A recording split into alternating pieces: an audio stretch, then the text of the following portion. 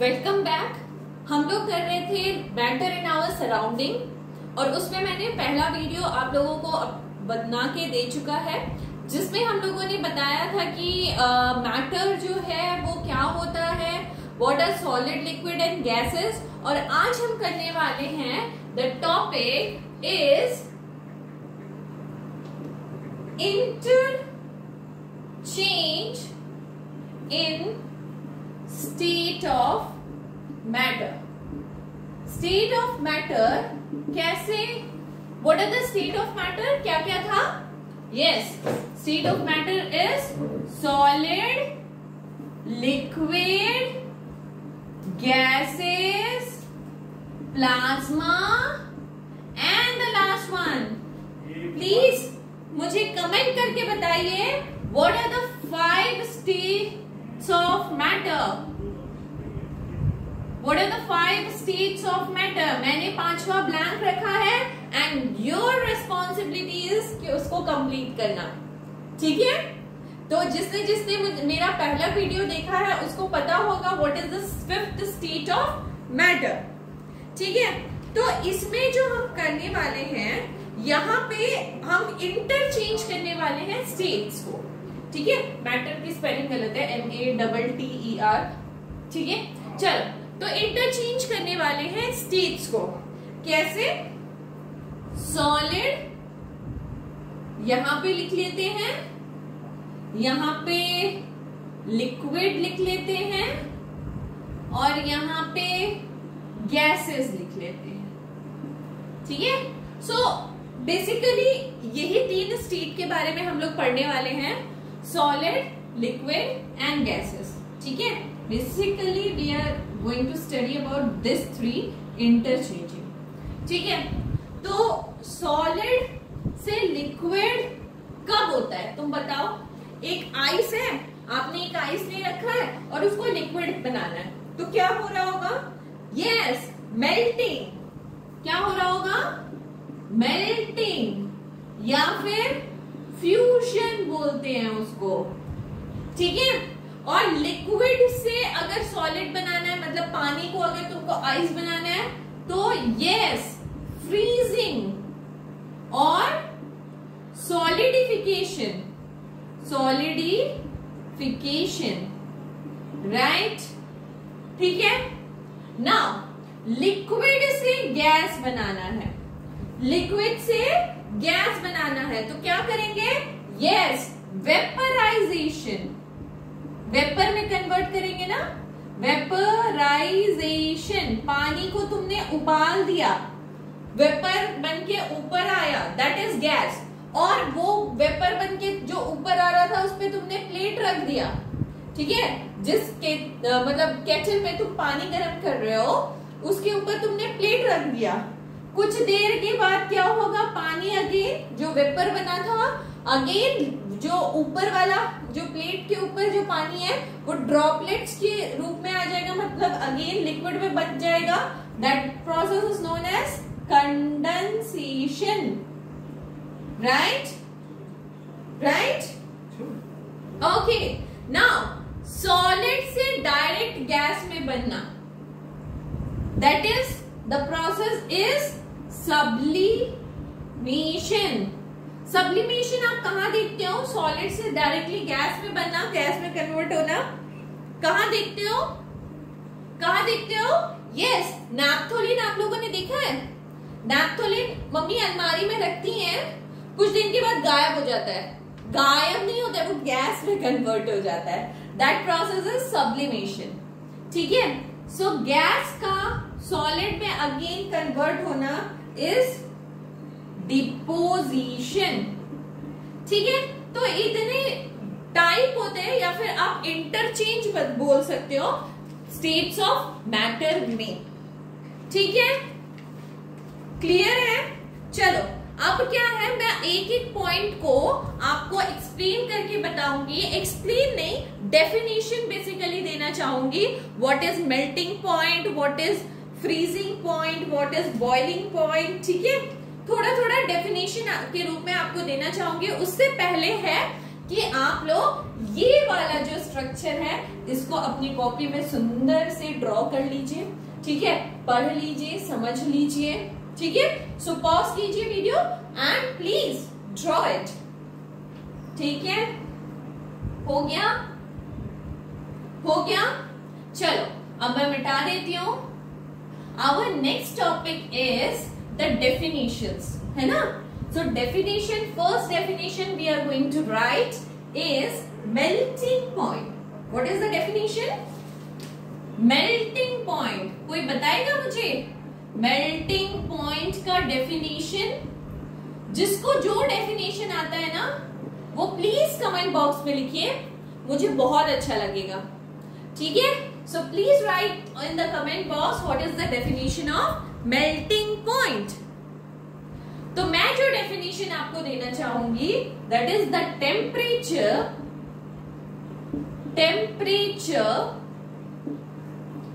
at which a solid melts to become liquid at atmospheric pressure is called melting point। क्या कहा मैंने? मैंने कहा एक temperature, a temperature at which solid melts to become liquid. Solid क्या हो रहा है? मेल्ट कर रहा है टू बिकम लिक्विड, है ना। सॉलिड मेल्ट करके क्या बना रहा है? लिक्विड। आइस जो है वो मेल्ट होके लिक्विड बना रहा है। क्या, कैसे बना रहा है? जैसे ही हम उसको रूम टेम्परेचर पे लेके आते हैं, तो रूम टेम्परेचर पे लेके आते हैं तो एक उस पर एटमॉस्फेरिक प्रेशर पड़ता है जिसके वजह से वो लिक्विड में कन्वर्ट हो जाता है और उसी को हम बोलते हैं मेल्टिंग पॉइंट। उस टेम्परेचर को, बेसिकली उस टेम्परेचर को हम बोलते हैं मेल्टिंग पॉइंट, ठीक है। डन। नेक्स्ट, बॉइलिंग पॉइंट, ठीक है। So what is boiling point? The temperature at which a liquid change its state to vapor at atmospheric pressure is called boiling point, ठीक है। क्या लिखा मैंने? वो टेम्परेचर, ठीक है, ध्यान रखना, वो टेम्परेचर जिस टेम्परेचर में लिक्विड जो है वो अपना स्टेट चेंज कर कर वेपर में कन्वर्ट हो जाता है। लिक्विड जो है वो अपना स्टेट चेंज करके वेपर में कन्वर्ट हो जाता है जब हम पानी को गैस पे चढ़ाते हैं और बॉईल करना शुरू करते हैं। क्या होता है? उसमें अगेन एक एटमॉस्फेरिक प्रेशर पड़ता है और लिक्विड जो है वो वेपर में कन्वर्ट हो जाता है। अंडरस्टूड? ठीक है। अच्छा बच्चे ना बॉइलिंग पॉइंट और इवापोरेशन में बहुत, बॉइलिंग और बेसिकली इवापोरेशन में बहुत कंफ्यूज करते हैं। What is evaporation? The phenomenon of change of liquid into vapor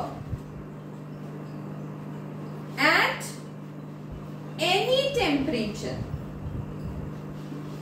below its boiling point is called evaporation। ठीक है, तो बेसिक डिफरेंस समझो। डेफिनेशन वाइज देखो, अगर समझ में आता है तो very good, otherwise I will give you example. Evaporation में कहती हूँ कि the phenomenon of change of liquid into vapour. यहाँ भी लिक्विड से वेपर हो रहा है, यहाँ पे भी लिक्विड से वेपर हो रहा है, but not at particular temperature. कोई पर्टिकुलर टेम्परेचर नहीं है, बट वो टेम्परेचर है जो बॉइलिंग पॉइंट से कम होगा। जैसे कि अगर मैं एक केटल को गर्म करती हूँ अपने स्टोव में रखकर, तो वो एक बहुत ही हाई टेम्परेचर से बॉयल होना शुरू करेगा। बट अगर मैं वही केटल को धूप में रख देती हूँ तो शायद वो बॉयल नहीं होगा, वो पानी क्या होगा, धीरे धीरे करके इवापोरेट हो जाएगा, है ना। सो द प्रोसेस इज जो कि हम स्टोव में कर रहे हैं वो बहुत जल्दी फास्ट होगा बॉइलिंग का, जहां पे इवापोरेशन जो है वो एक स्लो प्रोसेस है। अगर सरफेस एरिया बढ़ाया जाए तो इवापोरेशन जल्दी होगा, बट अगर सेम केटल रखा जाए तो इवापोरेशन आप देखोगे लेट से होगा, because it is low temperature then boiling point. तो यही बेसिक डिफरेंस है तुम्हारा बॉइलिंग पॉइंट और इवापोरेशन में, ठीक है, ठीक है। अच्छा चलो मैं डिफरेंस भी लिखा ही देती हूँ, जो अगर एग्जाम पॉइंट ऑफ व्यू से अगर तुमको लिखना पड़े तो व्हाट यू विल राइट। तो डिफरेंस बिटवीन, अच्छा मिटा लो ना, पॉज कर लो, नोट कर लो, हो गया, चलिए मिटा लेते हैं। So write the topic, the difference between evaporation and boiling, ठीक है।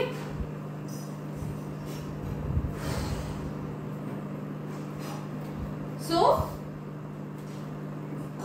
यहां पे लिखिए बॉइलिंग और इस तरफ लिखिए इवापोरेशन, राइट।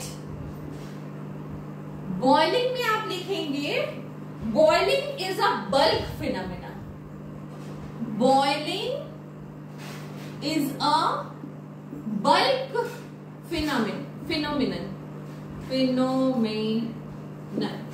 ठीक है। तो what is bulk, what is the meaning of bulk? Bulk means whole particle, ठीक है। बल्क का मतलब है होल पार्टिकल। जितने भी पार्टिकल्स होंगे ना वो एक साथ बॉयल होना शुरू होंगे और एक साथ एंड चेंज इनटू वेपर और एक साथ वेपर राइज करेंगे। बट यहां पे इवापोरेशन जो है is a surface phenomena,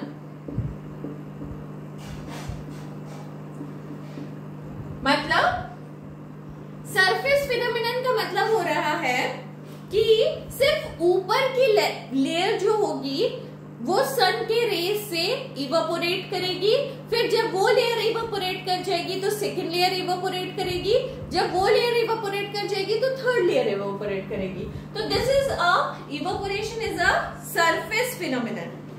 so particles जो होंगे फ्रॉम द सरफेस, पार्टिकल्स जो होंगे from the surface get kinetic energy, उनको क्या मिल जाएंगी, काइनेटिक एनर्जी, है ना, to overcome force of attraction, to overcome force of attraction, ठीक है। ये इसका मतलब देखो क्या है, अगर मान लो this is the first layer, topmost layer of water and ये नीचे का लेयर है वाटर का। अब मैंने फर्स्ट वीडियो में आप लोगों को बताया है कि इसके बीच में intermolecular force of attraction solid की जितना तो नहीं रहता, बट थोड़ा बहुत तो रहता है, मॉडरेट अमाउंट में तो रहता है, ठीक है। तो जब इस ऊपर वाले मॉलिक्यूल को काइनेटिक एनर्जी मिलेगी तो वो क्या करेगा, अपने force of attraction between the particles को छोड़कर ऊपर की तरफ मूव करने लगेगा और वो इवापोरेट हो जाएगा। अंडरस्टूड, ठीक है। और क्या होगा, एंड चेंज इनटू वेपर, है ना, वेपर में कन्वर्ट हो जाएगा। तो if the difference between boiling and evaporation is asked to you, तो आपको ये बातें जरूर और जरूर लिखनी है। सो पॉज कर लीजिए एंड नोट कर लीजिए। पॉज कर लीजिए एंड नोट कर लीजिए। हो गया? हो गया? चलिए चलिए, एक क्वेश्चन और आता है आपके एग्जाम क्वेश्चंस में आ सकता है, क्या इवेपोरेशन कूलिंग इफेक्ट भी देता है? क्या इवेपोरेशन कूलिंग इफेक्ट देता है? Does evaporation cause cooling effect? ठीक है, क्या इवेपोरेशन कूलिंग इफेक्ट देता है? Yes, the answer is given in घड़ा। घड़े का पानी पीते हो आप लोग? घड़े का पानी पीते हो? घड़े के पानी तो सबने पिया होगा। सो घड़े, गर्मी में क्या होता है, घड़े में पानी रखा जाता है। तो तुम घड़े में पानी रखोगे ना तो देखोगे कि बाहर की तरफ ना पानी के ड्रॉपलेट्स आ गए हैं। मतलब क्या, घड़े में से इवापोरेशन वाला प्रोसेस हो रहा है और वेपराइज होके पानी ना बाहर की तरफ आ रहा है, जिसके वजह से अंदर का घड़े का पानी कूलिंग इफेक्ट देता है। So the answer is yes, evaporation cause cooling effect. The answer is yes. ठीक है, द आंसर इज यस। अगर पूछा गया हाउ, अगर क्वेश्चन में पूछा गया हाउ, तो लिखना the particle of liquid absorb kinetic energy from the surrounding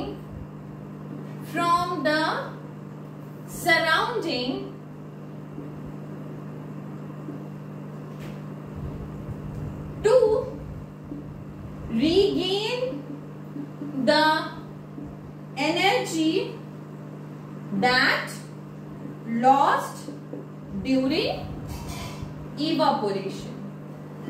ठीक है, evaporation। तो क्या लिखा मैंने, एक बार फिर से पढ़ लो। पार्टिकल्स ऑफ लिक्विड जो है उसको काइनेटिक एनर्जी मिलती है। ठीक है, काइनेटिक एनर्जी से क्या फायदा होता है, वो अपना रीगेन कर लेता है वो एनर्जी जो उसने लॉस्ट की है। That is the process of evaporation. Understood? ठीक है, यहां तक नोट कर लीजिए, फिर आगे बढ़ते हैं। Factors affecting evaporation. Factors affecting evaporation हो गया। चलिए मिटा लेते हैं।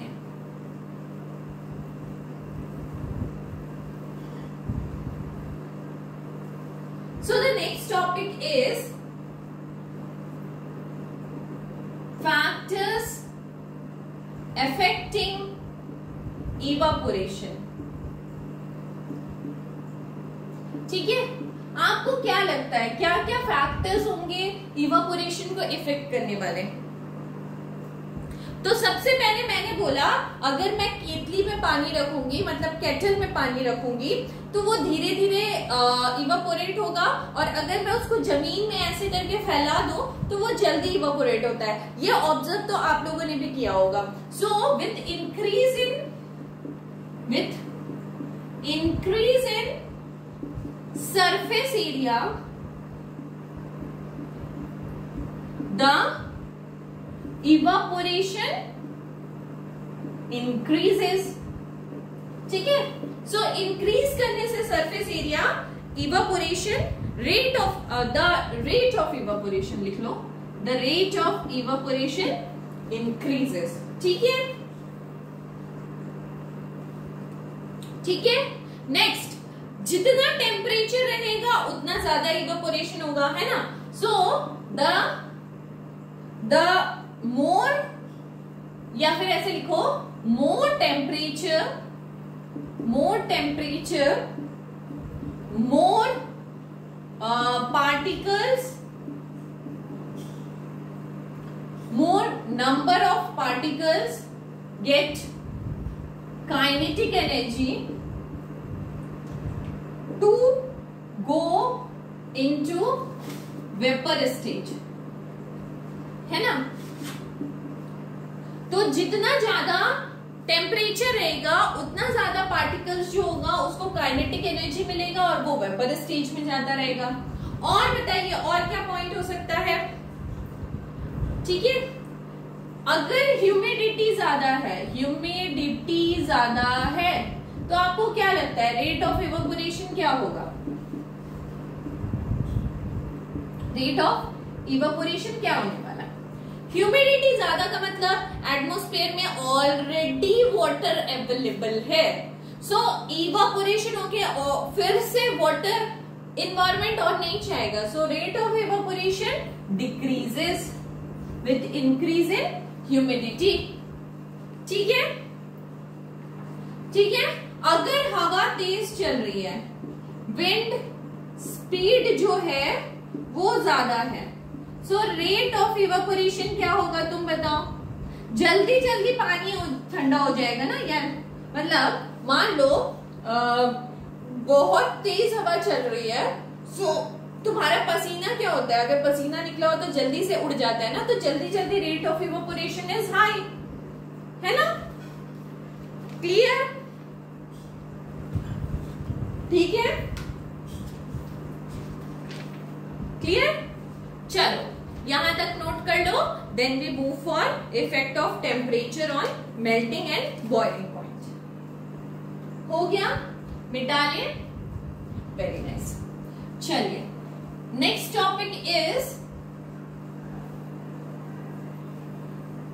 Effect of temperature on melting and boiling point. Effect of temperature on melting and boiling point. ठीक है, effect of temperature on melting and boiling point. बताइए क्या होगा? बताइए क्या होगा? सोचिए, थोड़ा सा सोचिए, उसके बाद तो मैं आंसर बताने ही वाली हूं। ठीक है, देखिए होता क्या है, अगर मैं इंक्रीज करूं टेम्परेचर, ठीक है, अगर मैं टेम्परेचर इंक्रीज कर रही हूं सॉलिड कोई सब्सटेंस है तो, ठीक है, तो उसमें क्या होगा? काइनेटिक एनर्जी बढ़ता जाएगा, है ना? ज्यादा टेम्परेचर ज्यादा काइनेटिक एनर्जी।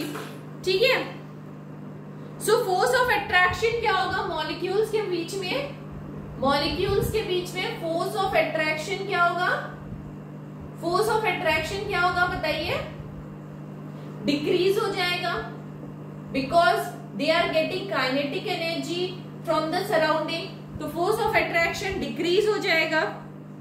ठीक है, तो सॉलिड क्या होगा? Then solid start melting, solid जो आइस है वो स्टार्ट मेल्टिंग, है ना? Solid start melting and convert into liquid, और किस में कन्वर्ट हो जाएगा? लिक्विड में। फिर लिक्विड को और टेम्परेचर मिलेगा तो वो गैस में कन्वर्ट हो जाएगा। क्या समझ में आया? फिर से एक बार, अगर मैं टेम्परेचर इंक्रीज करती हूं सॉलिड में, मैंने आइस निकाला, उसमें टेम्परेचर धीरे धीरे मैं इंक्रीज कर रही हूं, तो मॉलिक्यूल्स के बीच में जो भी फोर्स ऑफ अट्रैक्शन होगा वो धीरे धीरे घटने लगेगा, एंड सॉलिड जो होगा वो धीरे धीरे मेल्ट करने लगेगा। आइस धीरे धीरे मेल्ट करने लगा, मेल्ट करके वो लिक्विड बना दिया, और टेम्परेचर दिया गया तो वो क्या होगा? गैस में कन्वर्ट हो जाएगा। अच्छा, next is effect of pressure. क्या होगा? प्रेशर बताइए on melting and boiling point. Pressure का क्या इफेक्ट होगा बताइए? सोचिए, थोड़ा सा ध्यान से सोच लीजिए। सोच लिया? ठीक है, ठीक है। मेल्टिंग पॉइंट जो होता है वो डिक्रीज हो जाता है विथ इंक्रीज इन प्रेशर। ठीक है, प्रेशर जैसे जैसे बढ़ाते हैं ना, प्रेशर तुमने दिया, सॉलिडिफाई हो रहा है, चीज सॉलिडिफाई हो रहा है, मेल्टिंग पॉइंट डिक्रीज हो जाता है यार, ठीक है। और बॉइलिंग पॉइंट और मेल्टिंग पॉइंट का ऑपोजिट होता है बॉइलिंग पॉइंट, तो बॉइलिंग पॉइंट इंक्रीज हो जाएगा विद इंक्रीज इन प्रेशर, ठीक है। तो यही तक था तुम्हारा chapter matter in our surrounding. तो आज हमारा चैप्टर खत्म होता है। कोई भी अगर डाउट हो आप लोगों को प्लीज कमेंट बॉक्स में लिखिए, ठीक है। अदरवाइज नोट कर लीजिए, अपने नोट्स खुद से बनाइए। Thank you so much.